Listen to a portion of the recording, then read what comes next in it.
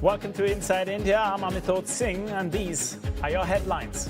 NVIDIA CEO Jensen Huang telling CNBC the markets got it wrong on AI disrupting software companies as the AI chip giant delivered yet another blockbuster quarter. What's going to happen are the tools companies, the platform, the ISVs, the SaaS companies, the tools companies, they will use agentic systems to develop their software. We'll be hearing from the Indian hyperscaler that's teamed up with NVIDIA to build AI data centers. The co-founder of Yotta will be on the show later this hour. And Indian solar makers under heavy pressure after the US imposed preliminary duties on the sector.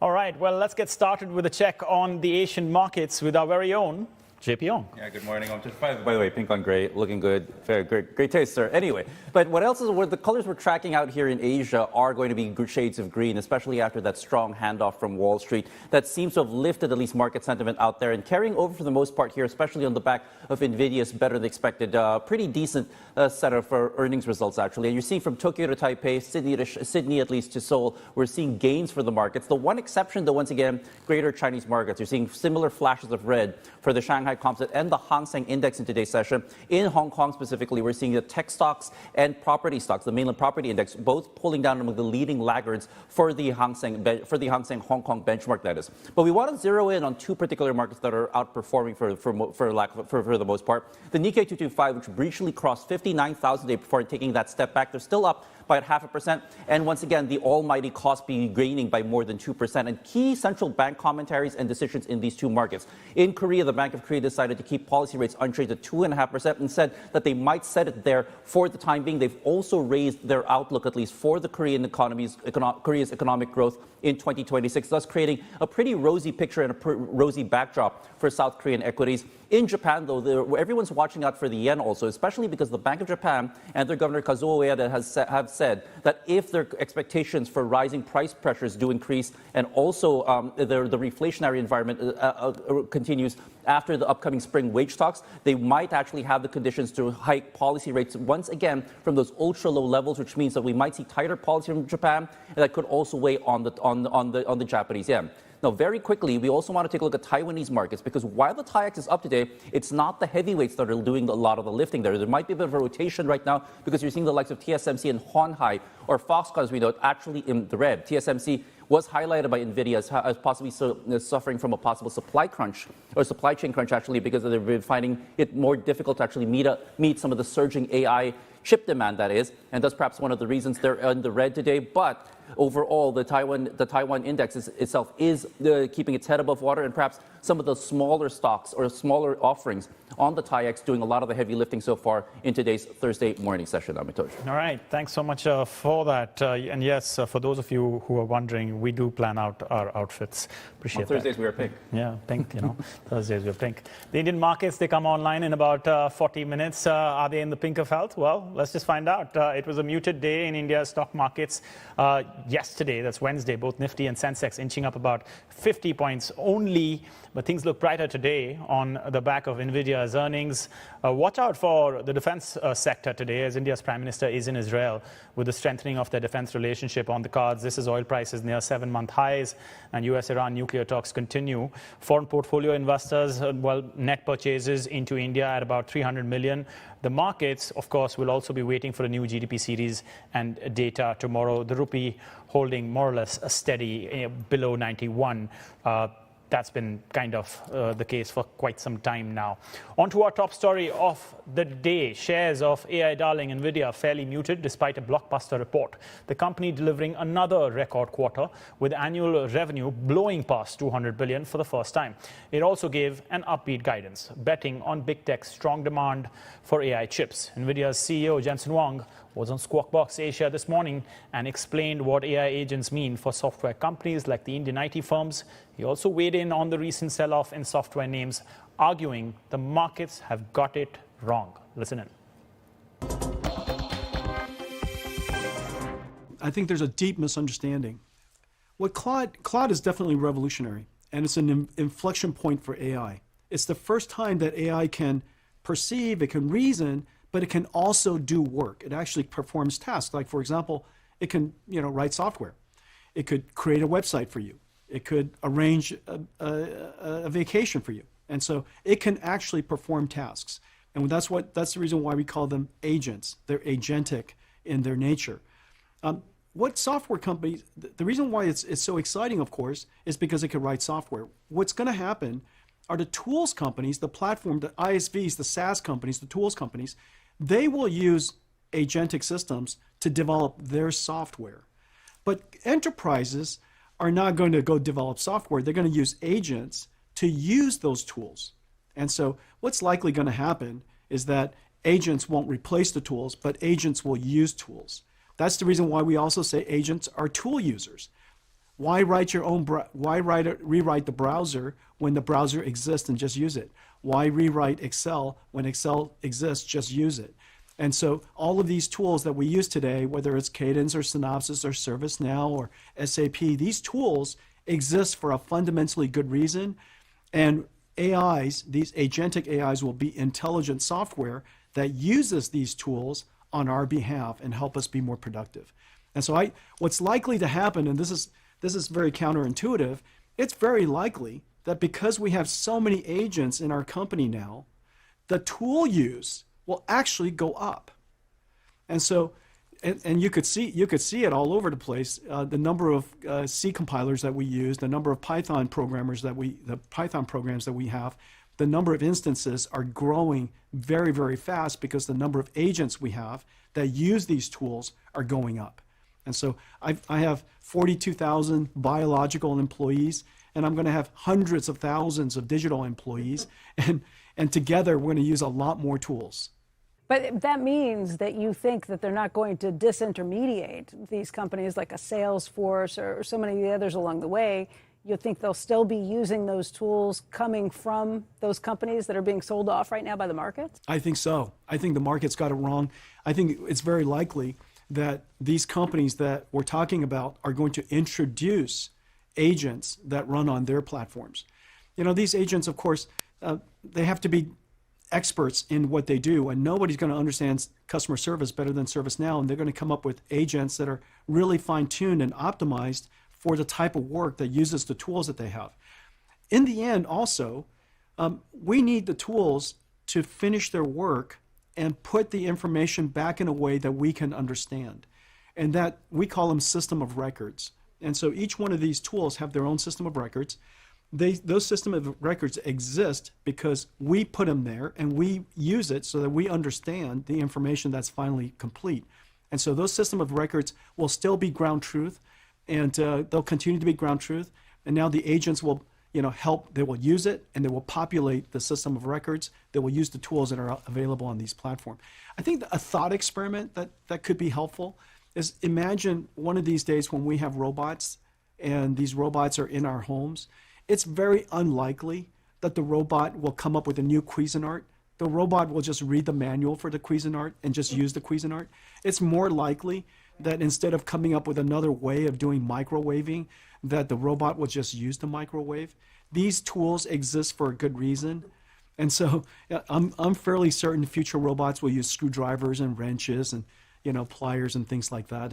And these tools are essentially in their digital form from the companies that you're talking about.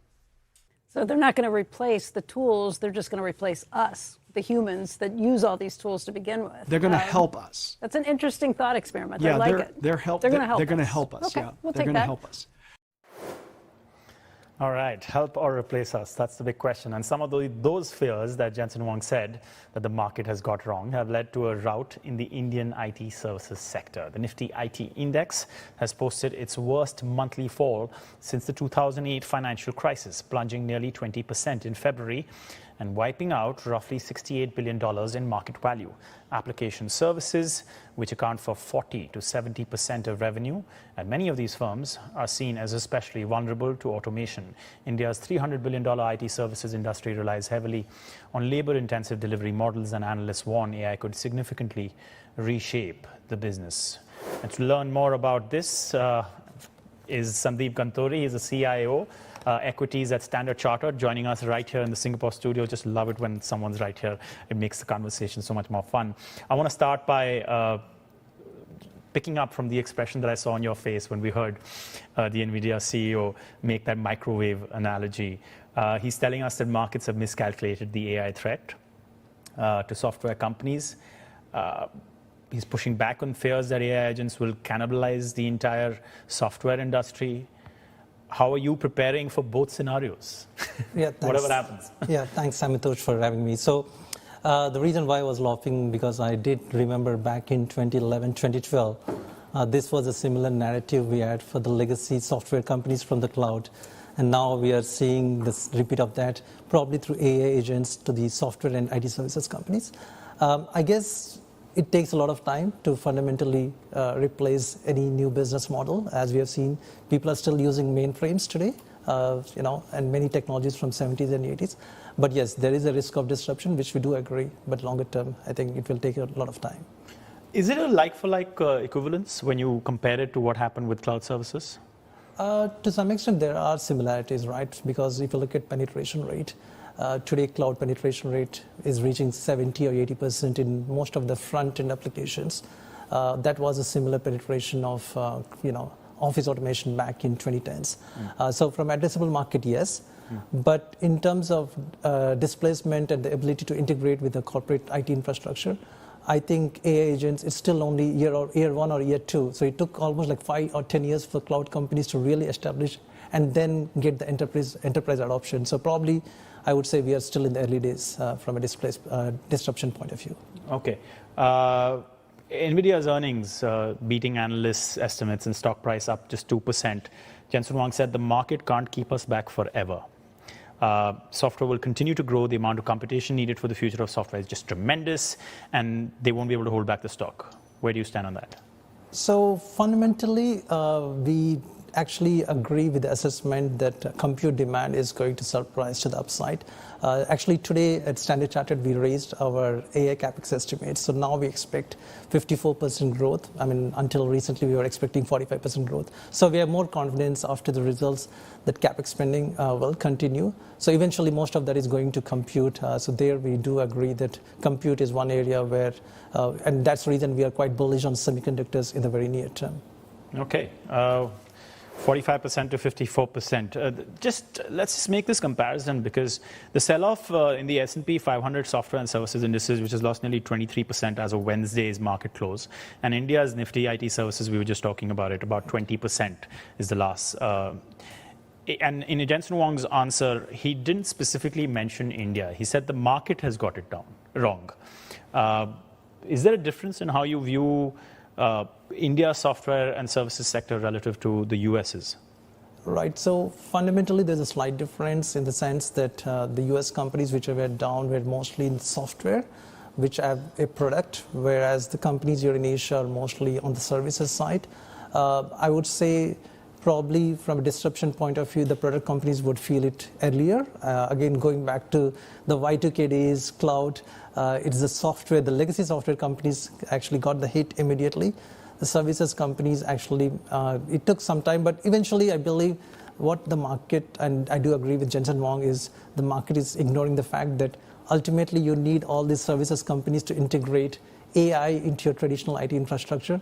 So probably before the disruption kicks in, you might see a huge upside to even the addressable market, just from an integration point of view in the very near term. Yeah, but don't you see a difference between India and its own transition compared to the US companies and their transition? Perhaps they have more advantages. Their geopolitical concerns, there's protectionism, all of that.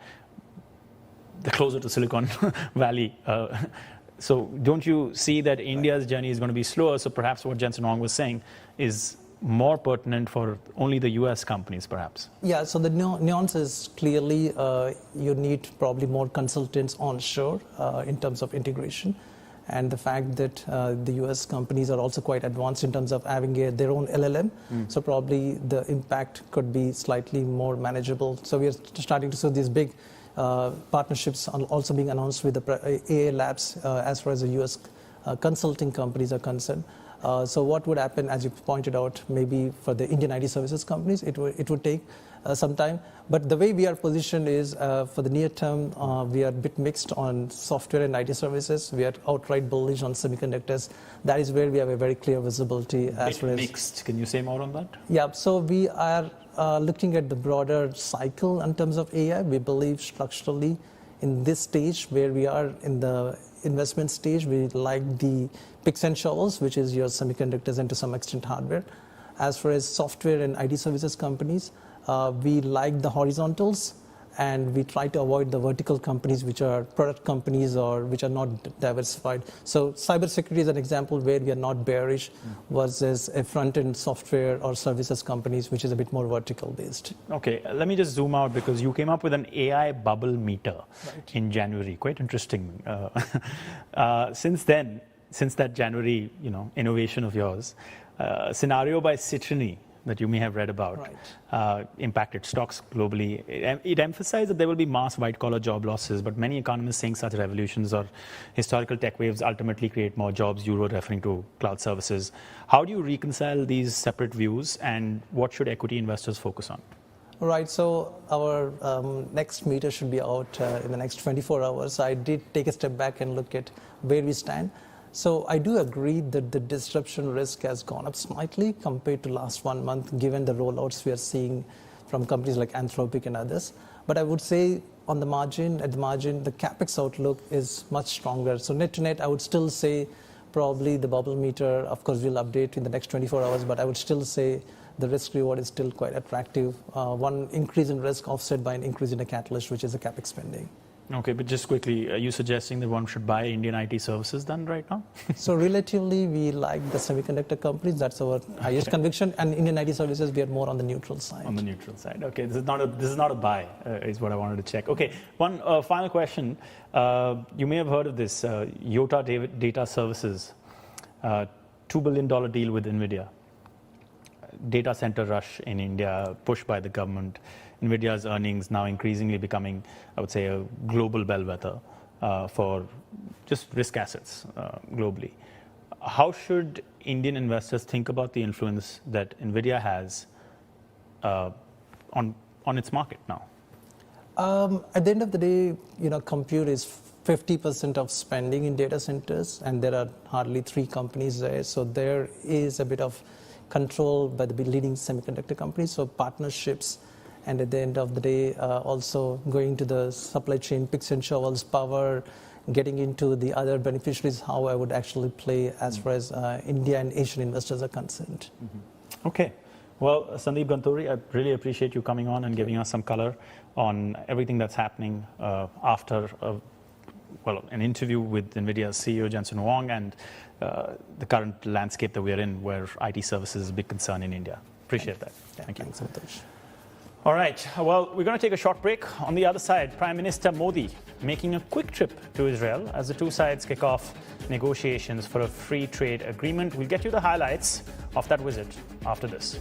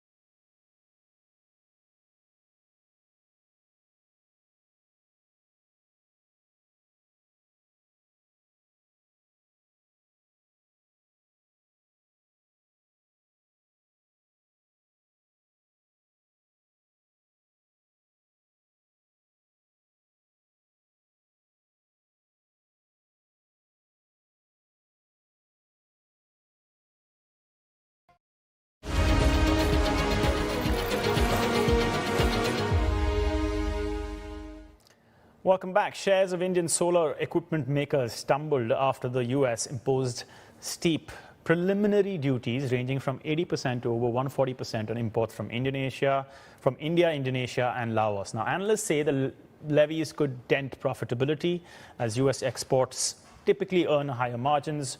The move marks the latest in a decade-long series of US trade actions targeting low-cost Asian solar imports and comes right after the US Supreme Court deemed many of President Trump's tariffs illegal. The president, though, says he expects countries to keep the promise of the deals they made and warned that new deals could be far worse. And then just 4 days ago, an unfortunate ruling from the United States Supreme Court. It just came down. It came down. Very unfortunate ruling. But the good news is that almost all countries and corporations want to keep the deal that they already made, right, Scott? Knowing that the legal power that I, as president, have to make a new deal could be far worse for them, and therefore they will continue to work along the same successful path that we had negotiated before the Supreme Court's unfortunate involvement. Well, no such confirmation from India's Commerce Ministry, negotiators, or generally the government. President Trump also said he has other means to impose tariffs, namely via Section 232 on the national security grounds or via Section 301 based on unfair competition. Steve Okun, a former AmCham Asia chair, told CNBC that's what markets should be watching out for. What's coming next is something we really need to be concerned about, and that's 301. Section 301 is an extraordinarily powerful tool the president has to put tariffs on countries that engage in unfair trade practices with the United States. He didn't mention 301, of course, but he indicated that that's the direction he's going to go in that small tariff portion of the speech, which he said those countries that I have deals with, Malaysia, Indonesia, and here in Southeast Asia, Cambodia, that they better live up to them because I can come after them much more if they do not. They should be happy with these. All right. Now, Indian Prime Minister Narendra Modi became the first Indian Prime Minister to address Israel's parliament on Wednesday, as he made his second visit to the nation at a time when US-Iran war clouds remain. As Modi headed there, so close to a military buildup by the US, questions were asked about whether India could get caught in the crossfire between the US-Israel alliance and Iran. Remember, India did not join the Board of Peace, but sat in as an observer. For India, though, is this another trade deal on the cards after 9 or so have come through in the past couple of years? The first round of negotiations of the FTA occurred in India on 23rd Feb between Israel and India. Israel's negotiators were in Delhi. Defense ties could be firmed up after Pakistan made a deal with Saudi Arabia earlier. And Israel's prime minister is also eyeing India's collaboration in what he calls a hexagon of alliances, including Greece and Cyprus, to really counter radical adversaries. Defense stocks in India already looked up at the close of trading in India as the Prime Minister was reaching Israel, as India eyes a couple of different things. One is very important, a tech transfer to build its own Iron Dome, which is a target by India set for 2035. India is Israel's largest arms buyer, and while trade had fallen due to the tensions in Gaza to about $3.5 billion in the past 3 years or so, it could return to the highs of $10 billion on the back of this. Could there be announcements related to advanced drones, long-range missiles? Listen to what Prime Minister Modi said during this uncertain time in this world. Our bilateral goods trade has grown significantly in recent years, but it does not reflect the full scope of opportunity. That is why our teams are working hard to negotiate an ambitious free trade agreement. In November last year, we signed an MOU on defense cooperation. In today's uncertain world, a strong defense partnership between trusted partners like India and Israel. Global alliances being firmed up all across the world. Germany and China also looking for trade diversification. German Chancellor Merz met Chinese President Xi Jinping yesterday, and our China reporter Elaine Yu has the highlights. Elaine. Hey, Amatosh. This is a very consequential meeting between the leaders of the world's second and third largest economies. And an important context is just last year, China overtook the U.S. again as Germany's top trading partner. But this relationship is a very lopsided one. And Chancellor Merz was sounding alarm about that in Beijing, saying Germany's trade deficit with China quadrupled in 5 years since 2020. And he said that that dynamic is not healthy. And Merz also warned about supply chain risks and vulnerabilities that were made clear when China tightened control over rare earth exports. But it's interesting that Germany and China put out a joint statement, and according to China's readout, China said it notes the importance Germany places on reducing reliance and trade imbalances and export controls, while Germany notes China's concerns around the securitization of trade and economic issues, and that both are willing to resolve concerns through frank and open dialogue. And this is interesting because China is now more openly acknowledging its massive trade surplus. And we talked to Dan Wang from Eurasia Group earlier on CNBC, but she said that it'll be extremely hard for China to fix this trade surplus because global demand suggests that China's exports is only rising. But also Airbus, the European aviation giant, could be emerging as an unexpected winner here.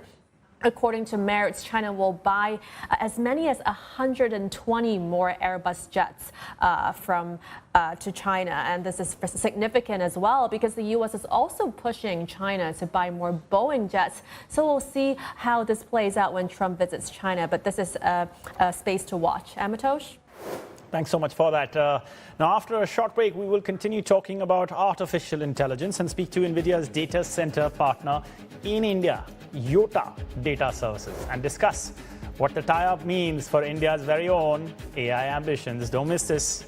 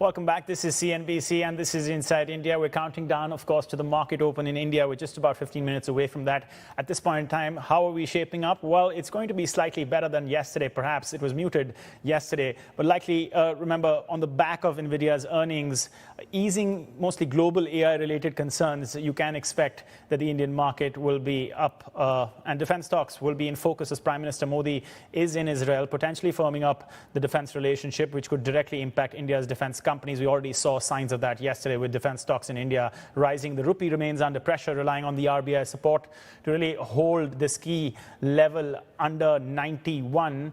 Perhaps it could get some relief from the broader rally in Asian currencies, which have also been lifted. The offshore yuan lifted to a 3-year high. So we're watching the space very closely. Just about 15 minutes to go on that. Now, Brookfield-backed Clean Max Enviro Energy Solutions saw a muted response to its $341 million IPO. It is expected to be India's biggest listing this year. The deal was subscribed, so far that is, the deal was subscribed 94% on the final day of bidding. Institutional investors led subscriptions, while retail participation was weak. The green energy producer supplies renewable energy to clients including Amazon and Google in India, and shares are expected to list around, well, March 2nd is what the date is.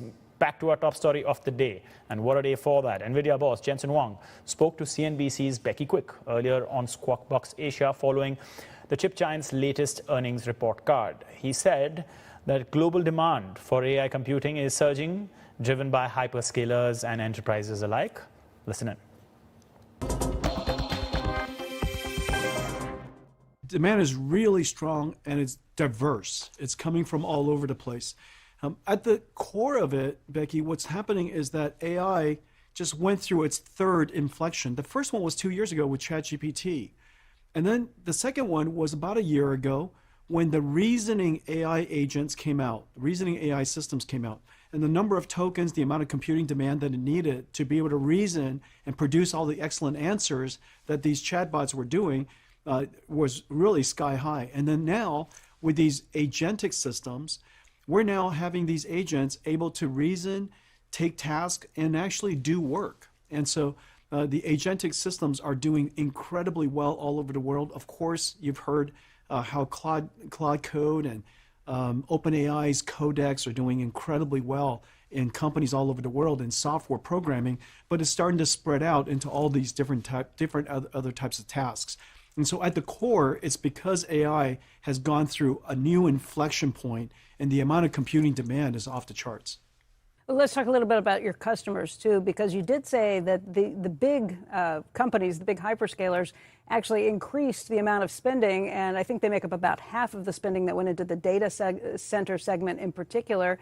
But you said the other customers were growing really quickly, and that's where so much of the growth came from. Who are those other customers? You know, most people see AI as a chatbot, and it's understandable because OpenAI is so popular and they're doing so well, and we hear a lot about Claude Code. But remember, AI is about a new way of doing software and affects every single industry. NVIDIA is really fortunate in the sense that we are the computing platform, the accelerated computing platform for every cloud, for any model, as well as every different domains of science. And so we're seeing success, whether it's in small cloud service providers regionally around the world, it could be in enterprise. And that momentum is translating into partnerships with Indian AI infrastructure players. And one of them is with Yotta Data Services. It signed a deal worth over $2 billion for around 20,000 of NVIDIA's top-end Blackwell Ultra chips at the AI Impact Summit last week in New Delhi. The data center cloud service provider plans to deploy these chips by August, with about half supporting NVIDIA's AI cloud platform used by India's IT giants, including Infosys and TCS. The project will form one of Asia's largest AI computing hubs, built on NVIDIA's latest Blackwell Ultra technology. And Yotta currently operates data center facilities across Mumbai, Gujarat, and New Delhi. Sunil Gupta is the co-founder, managing director, and CEO at Yotta Data Services, backed, of course, by the Mumbai-based real estate developers that everyone in India has heard of, Hiranandani Group, one of the major ones. Thank you so much, sir, for joining us. Really appreciate you coming on. I want to start by asking you about Jensen Huang not being able to make it for India's AI Summit, but this $2 billion deal with you did happen. As we understand this, is this Yotta buying NVIDIA hardware and renting capacity back to NVIDIA to the tune of about $1 billion? Is that right? And what does this really unlock for Yotta in India? Yeah, thank you for having me. Good morning. So NVIDIA is making chips. Those chips have to be converted into servers, and those servers are finally put into a data center. You have to put a big software orchestration layer on the top of that, and that's what we call as cloud, that you are able to then give the chips on a usage model to your customers. So yes, on the back end, I am using the NVIDIA's technology to make my GPU clusters. But NVIDIA itself, let's understand, is also a big software powerhouse. They have open source so much of their software models, Nemotron, NVCF. There's so much of technology which everybody's using to make their GPUs work. So NVIDIA has actually created one of the largest, in Apex, their compute hub with Yotta, and that's what this announcement is all about. All right. Give us some more color because as I understand it, NVIDIA is your anchor tenant for 4 years. You're betting on these Blackwell chips, which, while NVIDIA is already previewing what comes next because AI is moving so fast. So do you replace them when the contract ends? What really happens? So let me give you some background. If we just go 2 years back, when ChatGPT came in everybody's life, that consumers start using AI, and a discourse was happening in India that while India is great in software, India is great in services, India is skill set hub, India is also a great market, India has data sets, but what India does not have to become an AI leader in the world is compute. And that is the time when I happened to meet Jensen when he was in India. He met the Prime Minister. Next day, I had a meeting with him. And he said that if you, who are owning and running data centers with lots of power, you know how to run clouds. If you invest into GPUs, you can actually give rise to a revolution in India. It's a huge market, and they will give priority access to their GPUs and give all the engineering and go-to-market support. We started from there. Today we are owning, I can tell you, more than 60-70% of the GPUs which India is holding. Almost all the modules which Prime Minister of India announced last week in the Impact Summit were actually trained on NVIDIA's and basically GPUs hosted in Yotta's Shakti Cloud. So as of now, I was already having 10,000 H100 GPUs. In the next 2 months, we are putting 8,000 B200 GPUs, which will go live. And after that are these 21,000 B300 liquid cooled GPUs, which we'll be putting in our New Delhi data center. So as of now, from a situation where there was no demand in India to a situation where the demand is much exceeding the supply, there's so much of pressure on me to keep on powering on my new GPUs so that I can meet the demand. The demand is coming from sovereign cloud operators who are funded by India AI Mission to build India-specific either large language model or a middle size or a small language model which are industry-specific. These models are now getting ready, and now these models are being put for inferencing for a more scale-up adoption. That itself is spawning a lot of demand for GPUs. And then I have seen global model builders, because Indian users happen to be first or second largest adopters of the global frontier models as well. So it's but natural that those global model builders also would rather like to serve Indian market from data centers and from GPUs in India instead of serving from US. So that becomes the third largest market for me, and I do have global customers who are using these GPUs. NVIDIA itself is a customer because, as I said, that they themselves run the DGX cloud and they themselves are engineering house. So NVIDIA's demand coming in is a part of my global offtake, but the overall market represented by Indian startups, Indian enterprises, Indian governments, and other global customers, everything constitute a huge demand, and I can only see this demand going up big time in the next couple of years. That's some fantastic color you've given us on your meeting with Jensen Huang. Please go ahead and give us some more. What happened? Yeah. No, as I said that it was a matter of that sometime there is a demand and then you bring in supply to meet the demand. Sometimes the demand is not visible, the demand is latent. All the tailwinds are there, which point to that there is a revolution, there's a huge demand coming up, but it is not visible on the surface because the supply factors are not available. So that is the bet I worked on when Jensen said, this was way back in August 23, that AI is a revolution. India, like any other technology, whether it is mobile revolution in India or internet revolution in India, and of course we can see digital payment revolution in India backed by UPI. Any good technology you give to Indians, their massive scale will make that technology work. And as I said, we have seen that in adoption of all these technologies. Give good technology at a good price points and it will scale in India. And the same phenomena we all were seeing will happen in AI as well. And that was the bet I played. Jensen was very clear that you guys are running large data centers, you guys are having gigawatts of power, you have built sovereign cloud, which means you know how to build and operate a services company serving hundreds and hundreds of enterprise customers. So basically all the ingredients were in place for Yotta to also become an AI compute service provider. And that is where we betted on India's future, I would say. And that's why I'm saying that when I see the scenario 2 years back in India, when we were saying there's no AI in India, people used to say there's no demand in AI because nobody's building any models. To today and today to last week when Impact Summit was there, when model after model were being launched, some of the models launched by Sarma were actually beating some of the global benchmarks, right? So many models actually are more being created because government of India through India AI mission is very clear that they want to fund and they will continue to fund lots of India specific models, especially those which are going to be focused on G2C use cases, which can impact the maximum number of masses. That itself is creating huge momentum. And because I am, as I said, supplying more than 60-70% of these GPUs, so a good pressure is built on me that keep on powering on more and more GPUs so that these models can be built. And once these models are built, they are put for more and more inferencing.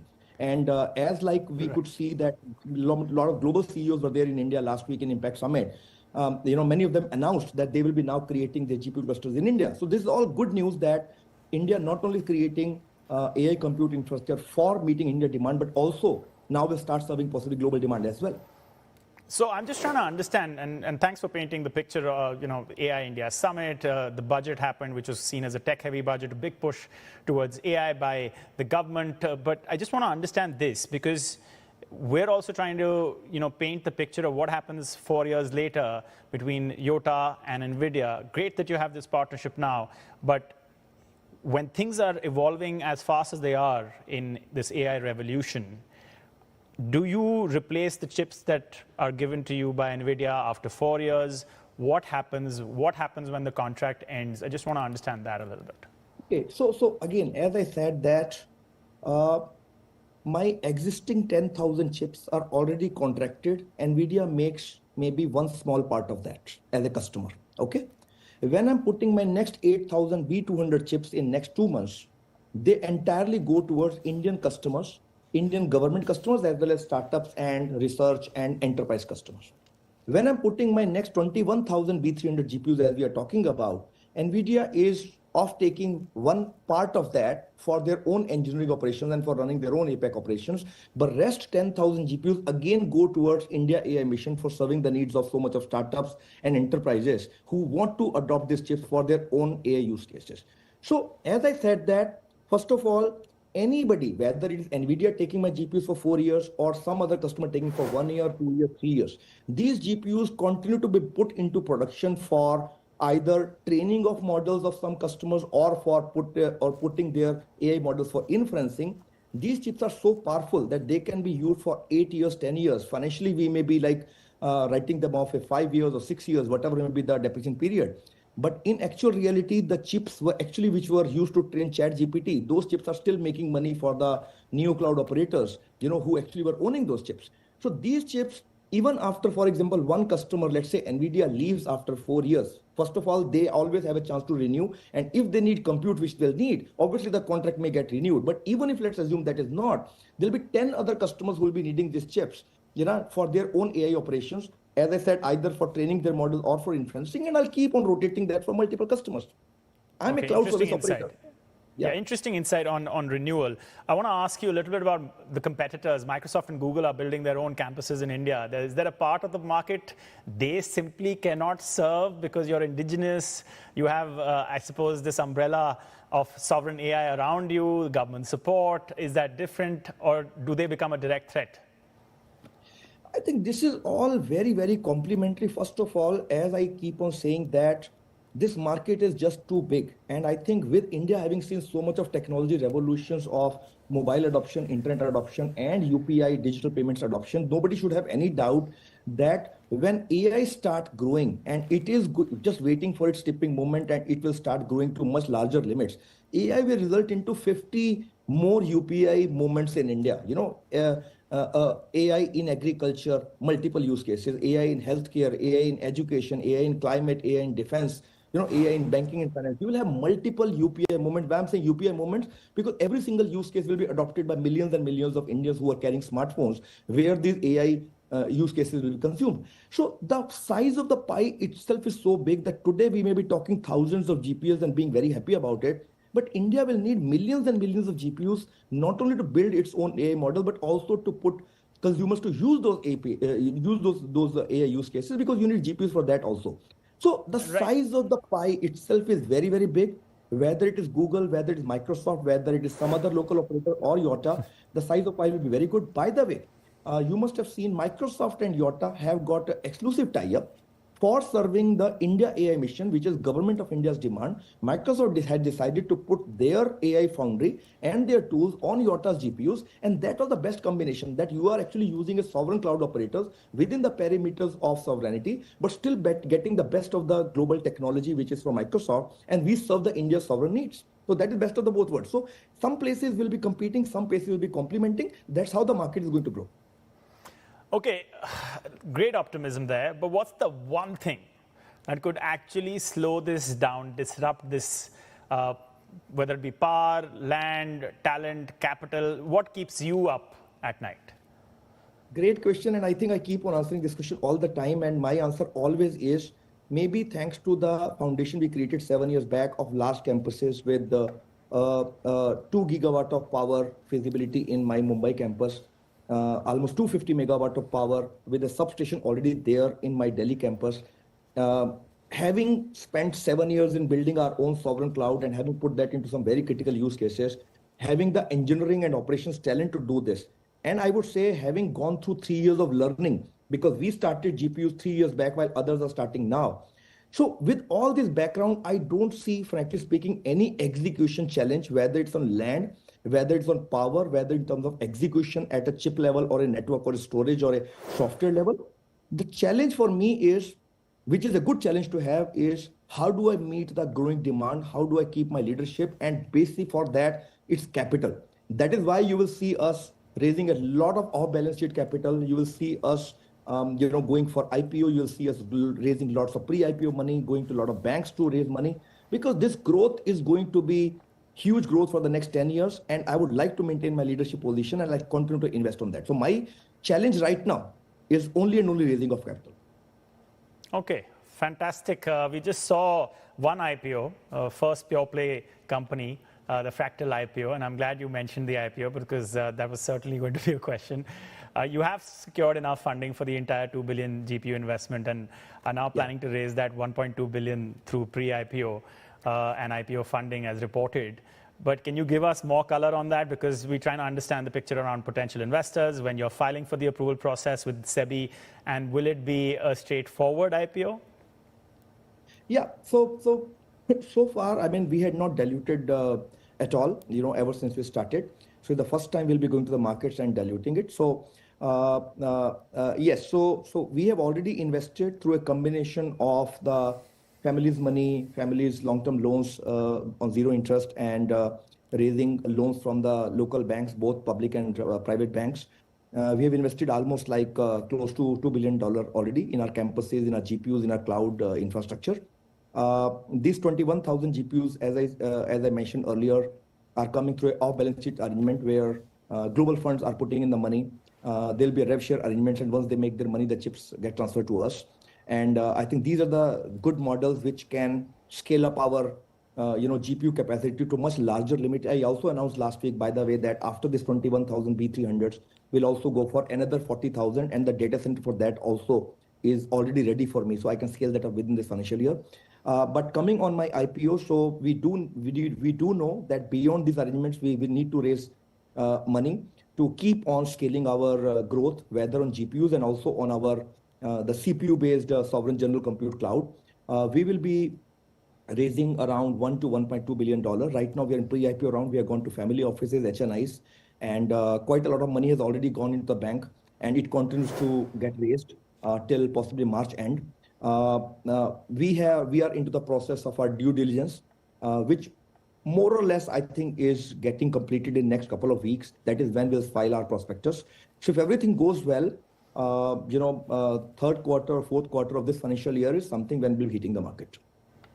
Okay, talk to us a little bit about competition, not just from the likes of Fractal IPO, but also TCS, Infosys, Wipro. They're all building Gen AI practices. Are these companies Yotta's customers or eventually your competition, and how do you plan to differentiate? As I said that, I think there will be, I think we have seen something similar in the telecom world also, when telecom industry grew in the world and the way it grew in India, that people end up competing, people end up cooperating, right? And that is what is going to happen here also. Many of the, whether you talk about hyperscalers, whether you talk about model builders, whether you talk about IT services company, as you mentioned, their core business, for example, is building models, building agents, building agentic AI workflow automation on the top of them. That has been their core focus area, and that is where they score. That is the business which I don't do. The core business of mine is actually creating infrastructure and leasing out that infrastructure for people to build their AI applications. So many of these use cases, when we are talking about many of this computer we are talking about, will ultimately outsource the underlying infrastructure from players like us, right? So for me, coming up of TCS, coming up of Infosys, coming up of a Google, coming up of a, let's say, Anthropic or all these things, they are all my potential customers. As I mentioned, not only NVIDIA, I have got global customers who have got fantastic AI, applied AI practices, but they are using GPUs of Yotta to train their models and then putting their models for inferencing. And that is where I see a lot of complementarity. And the way I see it, because of the size and scale on which I am putting my GPUs, on one side, I'll have these large customers who want to create frontier models and they want thousands of GPUs and they just want it on a bare metal for long-term contracts like what NVIDIA has done. But on the other hand, you will have a whole lot of retail enterprises, startups, government businesses who will basically say, we don't want to lease out your GPUs, but we want to use your marketplace where you have put in your models, and we just want to pay you for the number of tokens we are consuming. So I am just like my data center and cloud business, where I have a mix of hyperscale customers as well as retail customers. The same philosophy I'm applying to the GPU business as well, because again, I said the market is too big. Every sector of market is going to grow on AI. So my idea as a product owner is to be able to meet the demand of each sector of market through my product SKUs. Okay, so briefly, just one number that you can give us, one number, 3 years from now, that tells the world whether Yotta got this right. What is it? Where does it stand today, and where does it need to be, that one number? Well, I tell you, we have grown almost 200% every year. Of course, the base was small, but we have grown really, really big. And even when the base has become this financial year, next financial year numbers, which is based on actual contract signed, are already like I'm talking about 2.5 times growth from this financial year to the next financial year. Our investors who are engaged with us, they are aware about what we are talking about.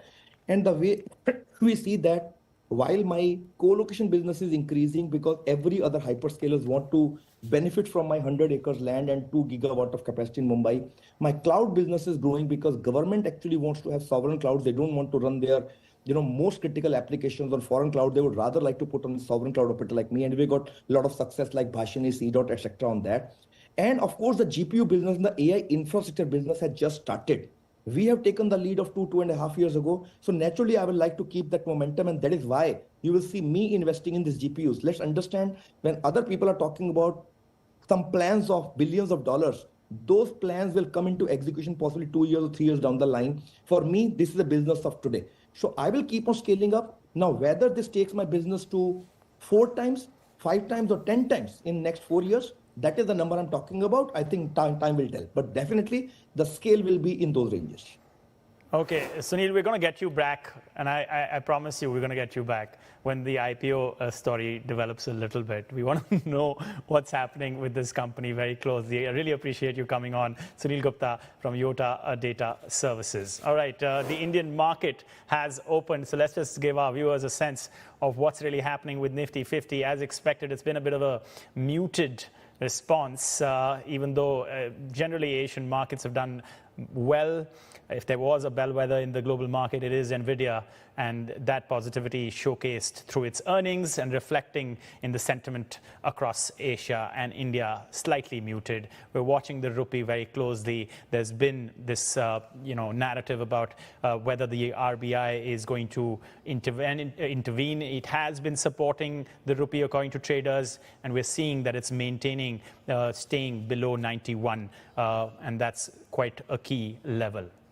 All right, a quick check also on solar equipment makers in India, because these stocks, they did plunge in yesterday's session after the US imposed steep duties. These duties were preliminary, ranging from about 80% to over 140% on solar imports from India, but not just India, Indonesia and Laos too. Analysts say the levies could dent profitability as U.S. exports typically earn higher margins, which gets about 65% of its order book from U.S. shipments.